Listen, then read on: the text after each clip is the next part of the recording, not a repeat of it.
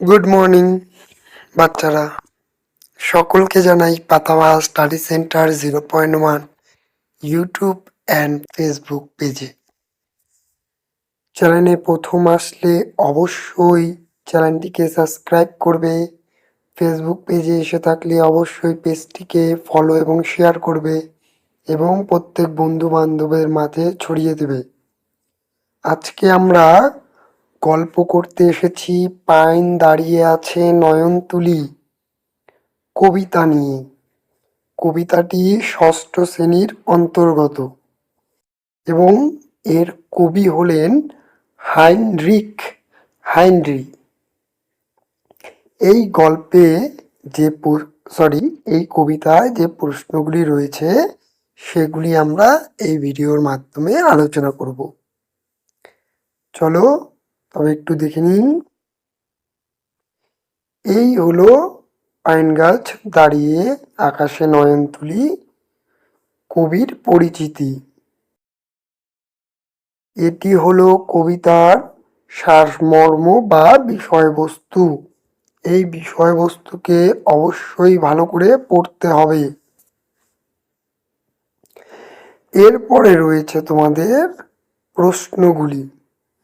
এই সেই প্রশ্নগুলি একের 1, একের 2 নাম্বার, একের 3, তারপরে রয়েছে 2 নাম্বার, 2-এর 2, 2-এর 3, 2-এর 4, তারপরে 3-এর দাগের প্রশ্ন,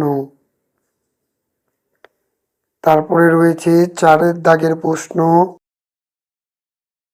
এরপরে রয়েছে 5-এর দাগের প্রশ্ন, এরপরে 6 এবং 7।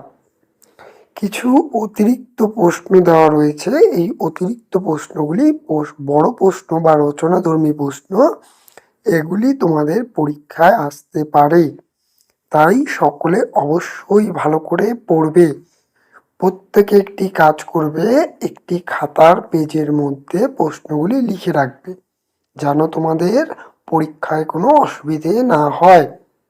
তাই সকলে ভালো করে পড়বে আর বন্ধু বান্ধবদের মাঝে শেয়ার করে দেবে যেন তারা ভিডিওটি দেখে নিয়ে উপকৃত হয়।